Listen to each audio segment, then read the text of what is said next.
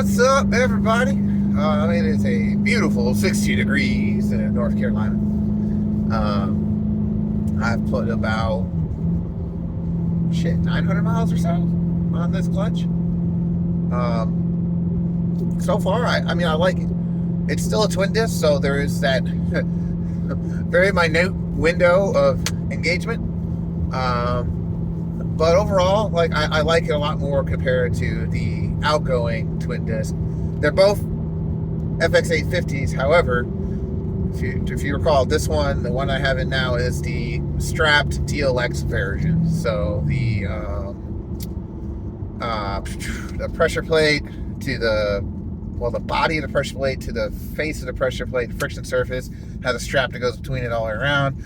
And then there's also a strap that goes from the pressure plate to the floater disc that goes between the friction discs, right? And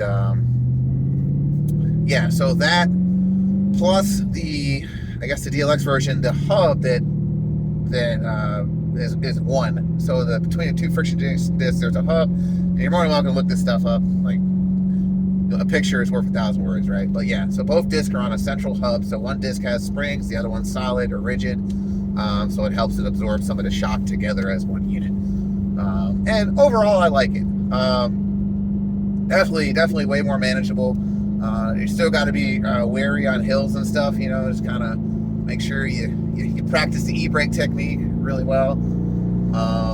What else? Other than that, the only strange thing I noticed with it is, and I had to shorten my clutch stop a little bit. And I might not even need a clutch stop, but I put it there just in case. I don't want to find out the hard way where you fuck up the pressure plate. So I had a clutch stop in there from the beginning. Whether I actually need it, man. But anyway, I have a clutch stop in there.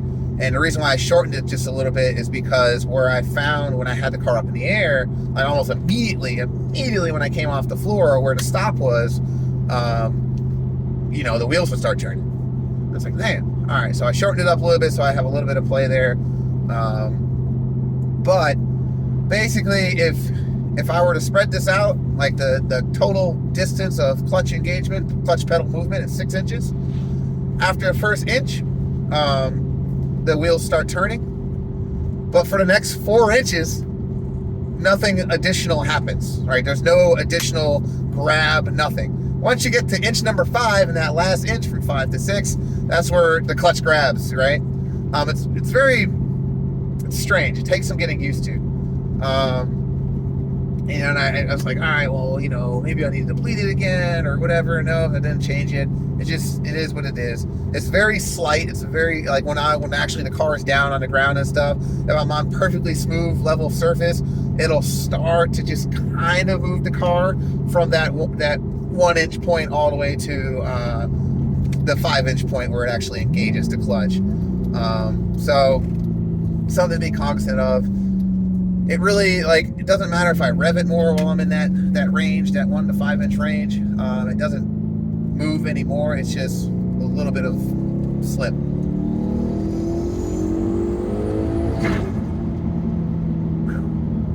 But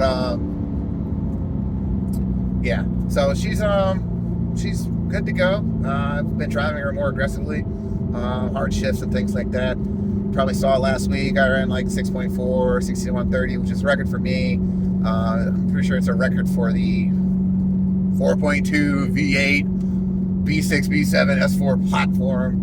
Obviously there's going to be, I got a VR6 in mine, and I got a 2.7 in mine, and I did X, Y, Z. Cool, got it. But that's not what these cars came with.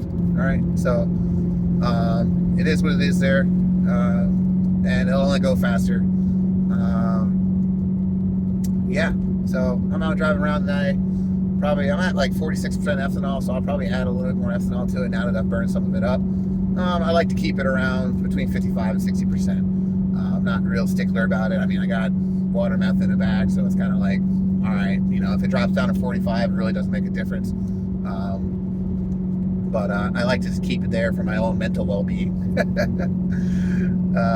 Y'all know I've had this car total for 10 years. I've had it boosted now for 6-7 years.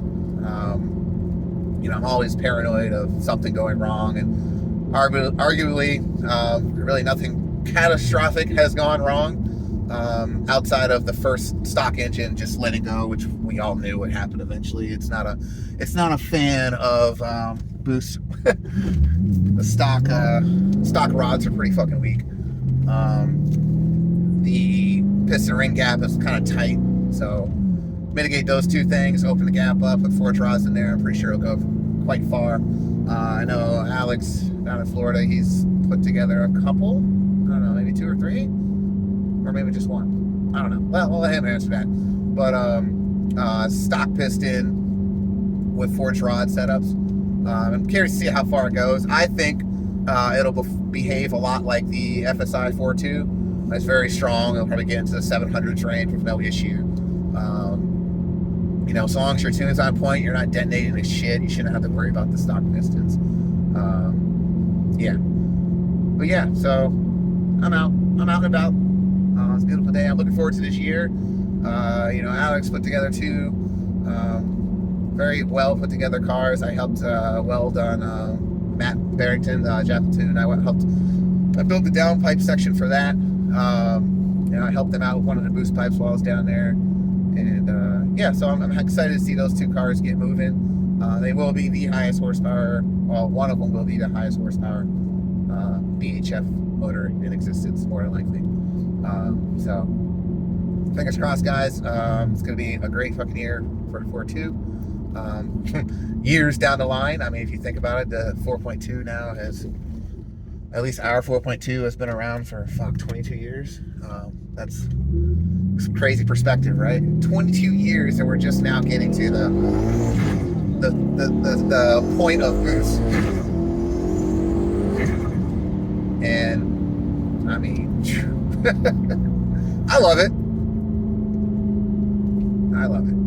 So stay tuned, guys. We're gonna have some fun this year. Go to the track, go to events. Hopefully I'll see some of y'all out there.